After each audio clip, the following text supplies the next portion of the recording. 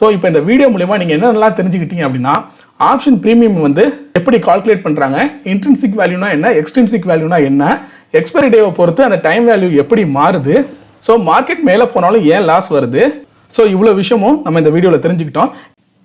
அனைவருக்கும் வணக்கம், நான் உங்கள் புவனேஸ்வரன். இன்றைக்கி இந்த வீடியோவில் எதை பற்றி பார்க்க போகிறோம் அப்படின்னா, மார்க்கெட் மேலே போய் முடியும் அப்படின்னு நினச்சிக்கிட்டு கால் ஆப்ஷனை பை பண்ணுறோம். நம்ம நினச்ச மாதிரியே end of the day market வந்து ஒரு சில பாயிண்ட் மேலே போய் தான் முடியுது. இருந்தாலும் என்னோட கால் ஆப்ஷன் ப்ரீமியம் வந்து மேலே போக மாட்டேங்குது, லாஸில் தான் வந்து முடியுது. அதே போல் மார்க்கெட் கீழே இறங்கும்னு நினச்சி புட் ஆப்ஷனை பை பண்ணுறோம். எண்ட் ஆஃப் த டே பார்த்தீங்கன்னா மார்க்கெட் ஒரு சில பாயிண்ட் கீழே போய் தான் முடியுது. ஆனால் என்னோட ப்ரீமியம் வந்து மேலே போக மாட்டேங்குது, அதுவும் லாஸில் தான் வந்து முடியுது. இது ஏன் அப்படின்னு சொல்லிட்டு நம்மளோட சப்ஸ்கிரைபரும் ஒருத்தர் கேட்டிருந்தாரு. அதே போல் பலருக்கும் இந்த சந்தேகங்கள் இருக்கலாம். ஸோ அதுக்கான காரணம் என்ன அப்படிங்கிறத தான் இந்த வீடியோவில் நம்ம விளக்கமாக பார்க்க போகிறோம்.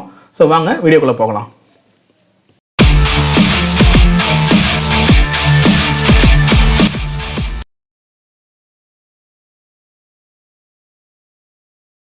முதல்ல ஒரு விஷயத்தை வந்து நீங்கள் தெளிவாக புரிஞ்சுக்கணும். நார்மலாக நம்ம ஒரு ஸ்டாக்கில் ஈக்விட்டியில் ட்ரேடிங் பண்ணுறதுக்கும் ஆப்ஷனில் ட்ரேடிங் பண்ணுறதுக்கும் நிறைய வித்தியாசம் இருக்குது. அதாவது ஆப்ஷன்ஸ் அப்படிங்கிறது பார்த்தீங்கன்னா ஒரு கான்ட்ராக்ட்னா பர்டிகுலர் டைம் இருக்கும், அதுக்குன்னு ஒரு எக்ஸ்பைரி இருக்கும். அந்த எக்ஸ்பைரிக்குள்ளே நீங்கள் வந்து அந்த ட்ரேடை வந்து க்ளோஸ் பண்ணியே ஆகணும். அப்படி இல்லைனா அது ஆட்டோமேட்டிக்காக பார்த்தீங்கன்னா ட்ரேடு வந்து க்ளோஸ் ஆகிடும்.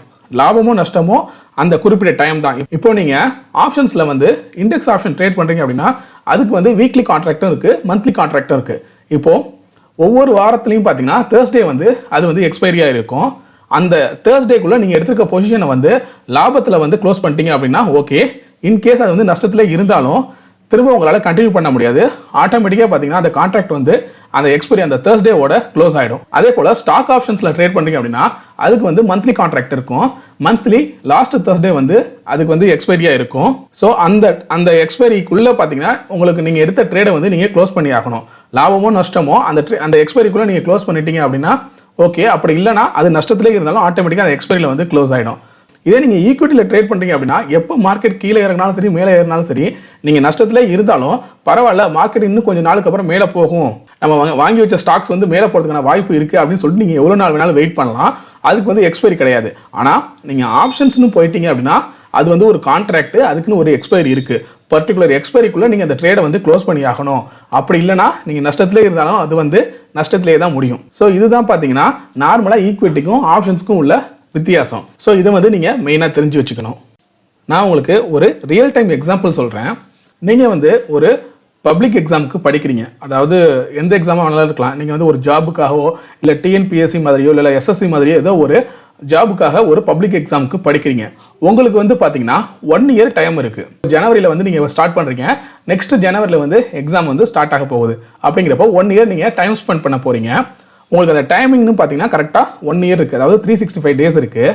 இப்போது உங்களோட அந்த ப்ராபபிலிட்டி ஆஃப் வின்னிங், அதாவது நீங்கள் அந்த எக்ஸாமில் பாஸ் பண்ணுறதுக்கான வின்னிங் பர்சன்டேஜ்னு பார்த்தீங்கன்னா ஒரு 80 to 90% ரொம்ப அதிகம். ஏன்னா 1 இயரில் கண்டிப்பாக கொஞ்சம் நல்லா எஃபர்ட் போட்டு படித்தோம், எந்த ஒரு கவன சிதறலும் இல்லாமல் நல்லா படித்தோம் அப்படின்னா கண்டிப்பாக பாஸ் பண்ண முடியும். உங்களோட வின்னிங் ப்ராபபிலிட்டி அப்படிங்கிறது பார்த்தீங்கன்னா ஒரு 80 to 90% அந்த லெவலில் இருக்கும். அதுக்கப்புறமா நீங்கள் ஒரு 6 மாதம் ஒரு டைம் என்ன பண்ணிட்டீங்கன்னா சும்மாவே இருந்துட்டீங்க. அதாவது அந்த 6 மாத டைமை வந்து வீணடிச்சிட்டீங்க. அதாவது அப்புறம் படிச்சுக்கலான்ட்டு அப்படியே நீங்கள் விட்டுட்டீங்க. உங்களுக்கு ஒரு 6 மாதம் போயிடுச்சு. அப்படிங்கிறப்போ இன்னும் 6 மாதம் தான் மிச்சம் இருக்குது. அப்போ உங்களோட ப்ராபபிலிட்டி வந்து எவ்வளோ இருக்கும் அப்படின்னா கம்மியாக இருக்கும். ஏன்னா 1 இயராக இருக்கும்போது படிக்கிறதுக்கு நிறைய டைம் இருந்திருக்கும், நிறைய எஃபர்ட் போட்டிருக்கலாம், நிறைய விஷயங்களை வந்து தெரிஞ்சிருக்கலாம். ஆனால் அந்த 6 மாதங்கிறது வந்து உங்களோட அந்த ப்ராபபிலிட்டியை வந்து கம்மி பண்ணியிருக்கும். நம்ம அந்த 80 to 90 சொன்னோம் பார்த்தீங்களா, அது வந்து 60 to 80 இருக்கும். ஏன்னா ஒரு சிலருக்கு வந்து 6 மாதத்தில் வந்து சில பேர் படித்து பாஸ் பண்ணுறவங்களும் இருக்காங்க. ரொம்ப அதுக்கப்புறம் வந்து ஒரு தீவிரமாக இல்லை ஏதோ ஒரு கோலை வந்து மனசில் நினச்சிக்கிட்டு ஸோ இன்னும் நல்ல எஃபர்ட் போட்டு இந்த 6 மாதத்தில் கண்டிப்பாக படித்தே ஆகணும், ஏதோ ஒரு 6 மாதம் வீணாயிடுச்சு ஆனால் கண்டிப்பாக இன்னும் அடுத்த 6 மாதம் நல்லா படித்தே தீரணும்னு ஒரு சில பேர் வந்து பாஸ் பண்ணலாம். ஆனால் உங்களோட வின்னிங் ப்ராபபிலிட்டி அப்படிங்கிறது பார்த்தீங்கன்னா முன்னாடி இருந்ததை விட இப்போ வந்து கம்மியாக இருக்கும். ஏன்னா நீங்கள் பாதி டைமை வந்து வேஸ்ட் பண்ணிட்டீங்க. ஸோ உங்களோட வின்னிங் ப்ராபபிலிட்டி 80 to 90லேருந்து 60 to 70 அந்த ரேஞ்சுக்கு குறைஞ்சிரும். இன்னும் சிலர் என்ன பண்ணுறாங்க அப்படின்னா ஃபுல்லாக இன்னும் அதில் வந்து 3 மாதம் வீணடிச்சிட்டாங்க, இன்னும் 3 மாதம் தான் டைமிங் இருக்குது. அப்படிங்கிறப்போ அவங்களுக்கு என்ன ஆகும் அப்படின்னா வின்னிங் ப்ராபபிலிட்டிங்கிறது வந்து 30 to 50 போயிடும். ஏன் அப்படின்னா ஒரு வருஷம் இருக்கிறதுல பார்த்தீங்கன்னா கிட்டத்தட்ட 9 மாதத்தை வீணாக்கிட்டீங்க, இன்னும் 3 மாதம் தான் இருக்குது.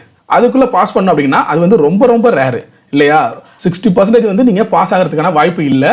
இதே 11 மாதம் வீணாக்கிட்டீங்க, 1 மாதம் தான் உங்களுக்கு இருக்குது, நீங்கள் எதுவுமே படிக்கல, 1 மாதத்துலனா அதுக்கு வந்து ரொம்ப ரொம்ப ரேரு, 2 to 3% தான் உங்களுக்கு வந்து வாய்ப்பு இருக்குது. உங்களோட வெற்றி வாய்ப்பு ப்ராபபிலிட்டி அப்படிங்கிறது வந்து 2 to 3% தான்.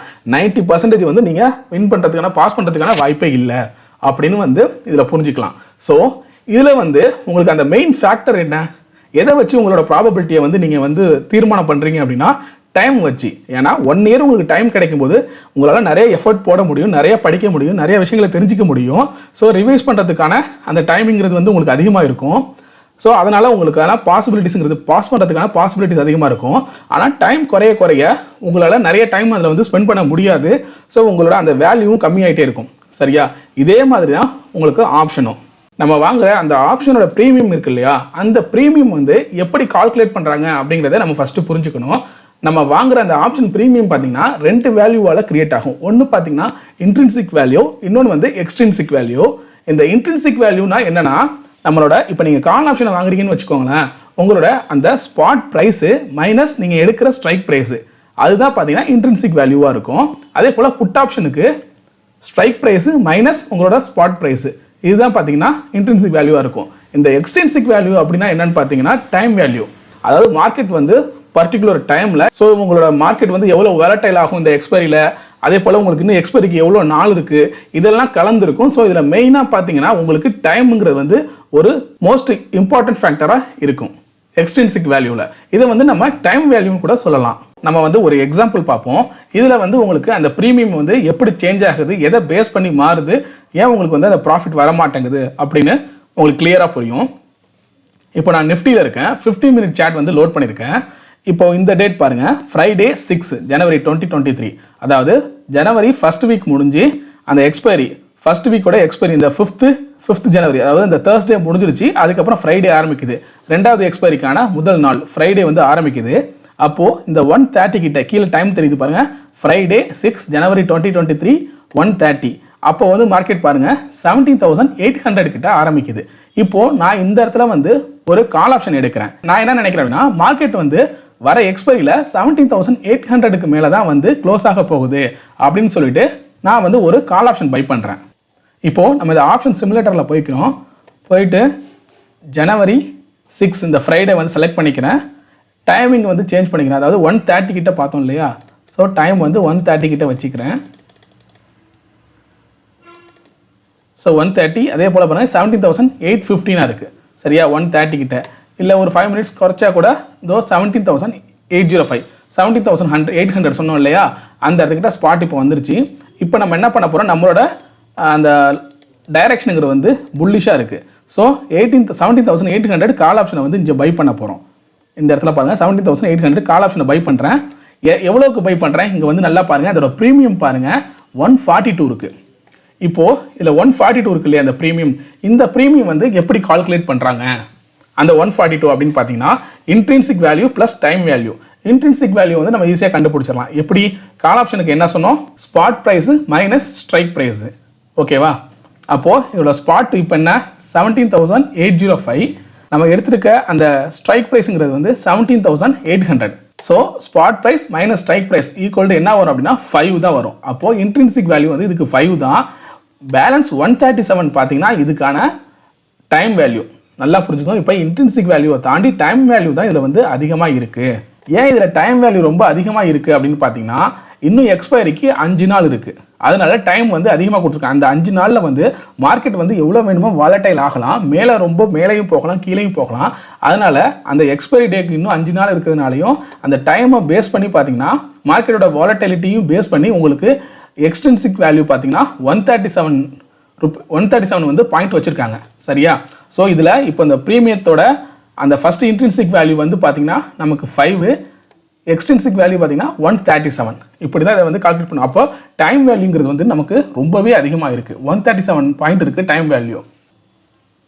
இப்போ நம்ம என்ன பண்ண போகிறோம் அப்படின்னா, இந்த வெட்னஸ்டே இருக்கு இல்லையா, அதாவது இந்த எக்ஸ்பைரிக்கு முதல் நாள் வெட்னஸ்டே வந்து அதோட முடிகிறப்போ, ஓகேவா, வெட்னஸ்டே முடிகிறப்போ அதோட க்ளோசிங் பார்த்தீங்கன்னா 17,888 இருக்குது. சரியா? இந்த பாயிண்ட் பாருங்கள் 17,888. அப்போது நமக்கு 17,800லேருந்து 88 பாயிண்ட் வந்து மேலே தான் போய் முடிஞ்சிருக்கு. அதாவது இத்தனை நாளில் வெள்ளிக்கிழமையிலேருந்து திங்கள் செவ்வாய் புதன் முடிகிறப்போ 88 பாயிண்ட் வந்து மேலே போய் தான் க்ளோஸ் ஆகிருக்கு. இப்போ இவ்வளோ தூரம் மேலே போனாலும் உங்களோட ப்ரீமியம் எவ்வளோ தூரம் மேலே போயிருக்குன்னு பாருங்கள். இப்போ இதில் வந்து செக் பண்ணுறோம். அதாவது அடுத்த அந்த புதன்கிழமை எண்ட் ஆஃப் த டே, அதாவது 3:15க்கு என்ன ஆகுதுன்னு பாருங்கள். பாருங்க, இப்போ வெட்னஸ்டே 3:15 ஓகேவா, மார்க்கெட் வந்து 3:15 கிட்ட இருக்கு, இல்லைனா 3:25 கிட்ட கூட வைக்கலாம். இப்போ பாருங்க, இந்த ஸ்பாட் பிரைஸ் பாருங்க 17,890 ஆயிடுச்சு. அதாவது 17,805 கிட்ட நம்ம வந்து பை பண்ணியிருந்தோம். இப்போ 85 பாயிண்ட் வந்து மார்க்கெட் மேலே போயிடுச்சு. இருந்தாலும் உங்களோட இந்த ப்ரீமியம் பாருங்க 120 ஆயிடுச்சு. அதாவது 142க்கு வாங்கியிருந்தோம் இல்லையா, ஆனால் 120 ஆயிடுச்சு. ஏன் இங்கே 120 ஆயிடுச்சு அப்படின்னா, அந்த டைம் வேல்யூ அப்படிங்கிறது வந்து பார்த்தீங்கன்னா ரொம்ப கம்மியாயிடும். ஏன்னா மார்க்கெட் வந்து 800லேருந்து மேலே போகும் அப்படிங்கிறப்போ இன்னும் 5 நாள் நமக்கு டைம் இருந்துச்சு. அதனால அந்த எக்ஸ்ட்ரின்சிக் வேல்யூ டைம் வேல்யூ பார்த்தீங்கன்னா அதிகமாக இருந்துச்சு.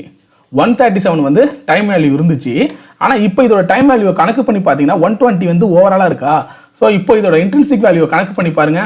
இன்ட்ரின்சிக் வேல்யூ என்ன சொல்லியிருந்தோம், spot price minus strike price சொல்லியிருந்தோம் இல்லையா. இப்போ இதோட ஸ்பாட் வந்து 17,890, நம்மளோட ஸ்ட்ரைக் ப்ரைஸ் வந்து 17,800.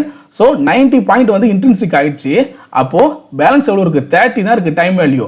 நம்மள்ட்ட எவ்வளோ இருந்துச்சு இதுக்கு முன்னாடி டைம் வேல்யூ, நம்மளோட இன்ட்ரின்சிக் வேல்யூ வந்து ஏறிடுச்சு. முன்னாடி நமக்கு இன்ட்ரின்சிக் வேல்யூ வந்து 5 தான் இருந்துச்சு, அந்த டைம் வேல்யூங்கிறது வந்து 137 இருந்துச்சு. ஆனால் இப்போ வந்து நமக்கு இன்ட்ரின்சிக் வேல்யூ அப்படிங்கிறது வந்து 90 இருக்கு. ஆனால் நம்மளோட அந்த எக்ஸ்ட்ரின்சிக் வேல்யூ பார்த்தீங்கன்னா 30 ஆயிடுச்சு. அதாவது 137 இருந்த அந்த எக்ஸ்ட்ரின்சிக் வேல்யூ வந்து இப்போ 30 ஆயிடுச்சு. நல்லா புரியுதா? இப்போ இந்த டைம் வேல்யூவை பேஸ் பண்ணி தான் பார்த்தீங்கன்னா உங்களோட அந்த லாபமோ நஷ்டமோ வந்து கணக்கு பண்ணுறாங்க. என்னதான் நீங்கள் வந்து அந்த ப்ரைஸை சூஸ் பண்ணாலும், மார்க்கெட் உங்களுக்கு மேலேயே போனாலும், மார்க்கெட் மேலே போக போக உங்களோட இன்ட்ரின்சிக் வேல்யூ வந்து கூடுமே தவிர, அது ஆனால் ரொம்ப அதிகமாக மேலே போகணும். மார்க்கெட் வந்து ஒரு சடன் லெவலுக்கு மேலே போகணும். ஆனால் மார்க்கெட் கொஞ்சம் தூரம் மேலே போய் முடிஞ்சாலும் உங்களோட அந்த இன்ட்ரின்சிக் வேல்யூ வந்து கூடுமே தவிர உங்களோட டைம் வேல்யூன்னு பார்த்தீங்கன்னா குறைஞ்சிரும். ஏன்னா 5 நாள் வந்து உங்களுக்கு எக்ஸ்பைரிக்கு டைம் இருந்துச்சு. ஃப்ரைடேலேருந்து அடுத்த தேர்ஸ்டே வரைக்கும், ஃப்ரைடே, மண்டே, டியூஸ்டே, வெட்னஸ்டே, தேர்ஸ்டேன்னு 5 நாள் டைம் இருந்துச்சு. இப்போ நம்ம புதன்கிழமை கணக்கு பண்ணும்போது 4 நாள் டைம் இருந்துச்சுன்னு வச்சுக்கோங்களேன். ஆனால் இப்போ எண்ட் ஆஃப் த டே பார்த்தீங்கன்னா இப்போ புதன்கிழமை முடிகிறப்போ உங்களுக்கு அந்த டைம் திரும்ப மார்க்கெட் வந்து ரொம்ப மேலே போயிருக்கணும். இதுக்கப்புறம் வந்து மேலே போகிறதுக்கான வாய்ப்பு கம்மி. எந்த அளவுக்கு மேலே போயிருக்கணும் அப்படின்னு பார்த்தீங்கன்னா, உங்களோட பிரேக் ஈவன் பாயிண்ட், அதாவது உங்களோட பிரேக் ஈவன் பாயிண்ட் என்னன்னா, நீங்கள் சூஸ் பண்ண ஸ்ட்ரைக் ப்ரைஸு ப்ளஸ் உங்களோட ப்ரீமியம். அதாவது நீங்கள் சூஸ் பண்ண ஸ்ட்ரைக் ப்ரைஸ் வந்து 17,800 ப்ளஸ் உங்களோட ப்ரீமியம் வந்து 142 இருக்குது. அப்போது 17,942 அந்த ரேஞ்சுக்கு மேலே போனால் தான் உங்களுக்கு ப்ராஃபிட் எண்ட் ஆஃப் த டே. அப்படி இருக்கிறப்போ இன்னும் ஒரு எக்ஸ்பைரிக்கு ஒரே ஒரு நாள் தான் இருக்குது. ஏன்னா வெட்னஸ்டேவோட அந்த எண்டுக்கு வந்துட்டோம் நம்ம. இன்னும் தேர்ஸ்டே ஒரே ஒரு நாள் தான் இருக்குது.